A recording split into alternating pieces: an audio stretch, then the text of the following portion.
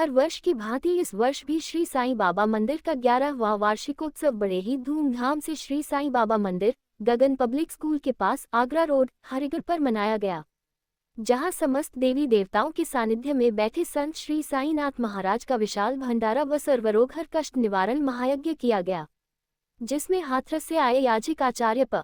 श्री श्रीनाथ शास्त्री जी की सन्निधि में सभी पूजा अर्चना की गई। बाबा के यज्ञ में दूर दूर से आए भक्तों ने आकर गोले और सामग्री की आहुतियां दी। उसके बाद हजारों की संख्या में आए सभी साईं भक्तों ने बाबा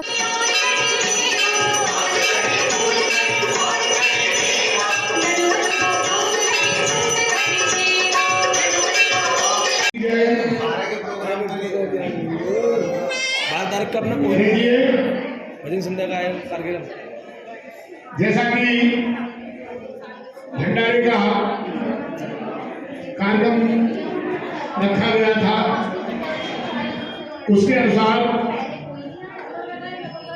ये जो बड़ी जो व्यवस्था है उसका संपूर्ण संपन्न भाव है, संपन्न का है।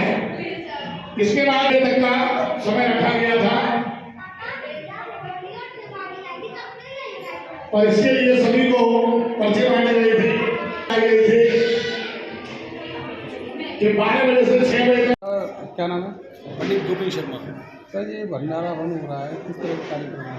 ये हमारे पूर्वजों की परंपरा है, ये विगत कई वर्षों से चली आ रही है। ये श्री साईं बाबा मंदिर गगन स्कूल आगरा रोड हरिगढ़ पर आज 12वां वार्षिक उत्सव मनाया जा रहा है मंदिर का, जिसके उपलक्ष्य में हाथरस से पधारे याज्ञिक आचार्य पंडित श्री श्रीनाथ शास्त्री जी की सन्निधि में समस्त देवी देवताओं की पूजा अर्चना की गई।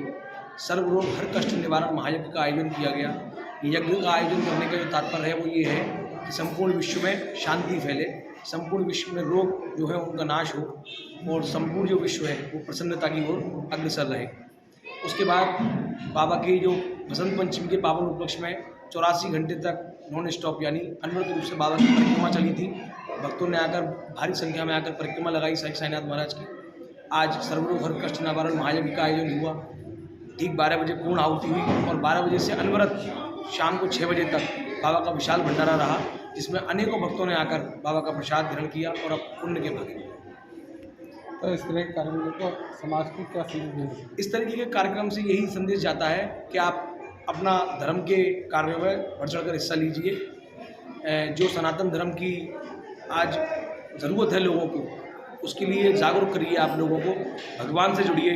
इष्ट आज जैसे सभी देवी देवताओं की सन्निधि में बाबा साईनाथ महाराज बैठे हुए हैं, तो सभी देवी देवताओं का आह्वान होता है। यहाँ सब संत साईनाथ महाराज की पूजा की जाती है। पहले सभी गणेश जी, हनुमान जी, शंकर भगवान, राम कृष्ण, सभी देवी देवता इस मंदिर में विराजमान हैं, उनकी सन्निधि में बैठे हैं संत साईनाथ महाराज। तो सनातन धर्म को बढ़ावा दीजिए, धर्म को बढ़ावा दीजिए, क्योंकि धर्म हमारा आज पाताल में जा रहा है। दूसरे लोग हमारे धर्म का हंसी मजाक बनाते हैं, तो ये हमारा कर्तव्य है कि अपने धर्म को बढ़ावा मिले। और वो कैसे मिलेगा? जब हम धर्म कर्म के कार्य करेंगे। तो सर, इसी तरीके से कहा जाता है कि हर वस्तु में भगवान है जी, तो उसको लेकर आप क्या कहना चाहेंगे? ये व्यक्ति की जागी रही भावना जैसी प्रभु मूर्त देखी तिन तैसी। हम प्रभु को जिस मूर्त में देखते हैं, एक पत्थर वो भी है जिसको हम लात मारते हैं, और एक पत्थर वो भी है जिसके आगे हम धूप अगरबत्ती की पूजा करते हैं। तो कोई हमारे सोचने की और भाव का मैटर है कि हमारा भाव किसके प्रति जाग रहा है, किसके प्रति नहीं जाग रहा।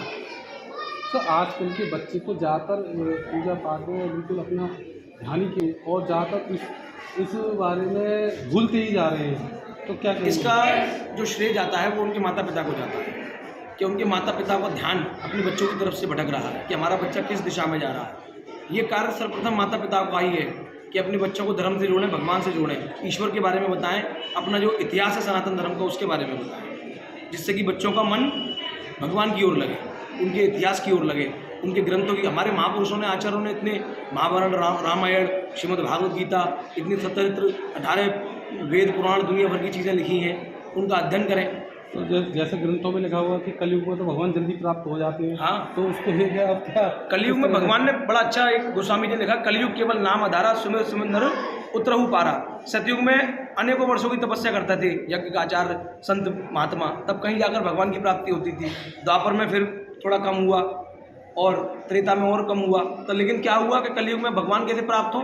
तो कलयुग केवल नाम आधारा, सुमेर सुमंदर उतरहु पारा। नाम जब से ही आप भगवान की प्राप्ति कर सकते हैं। मैं गोपाल शुक्ला साईं भक्त यहीं साईं विहार कॉलोनी में साईं मंदिर के पास रहता हूँ मैं।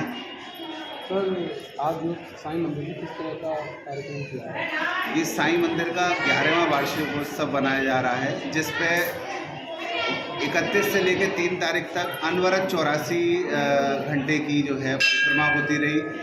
जो भी साईं भक्त यहाँ आते हैं और परिक्रमा करते हैं उनको बहुत ही जो है पुण्य मिलता है, लाभ मिलता है और उनके जो भी मन में कार्य होते हैं सब सफल होते हैं। क्योंकि जो भक्त परिक्रमा लगाने के बाद यहाँ आते हैं वो स्वतः बताते हैं कि हमें इसका लाभ हुआ। इसके बाद जो है आज दिनांक 6 तारीख को यहाँ जो है सुबह यज्ञ हुआ, हवन हुआ। उसके बाद जो है यहाँ भंडारे का आयोजन हुआ और भंडारा भी ऐसा कि जिसमें जितने लोग आए और पेट भर के बैठ के इत्मीनान से उन्हें जो है खाना खिलाया गया। तो ये हमारी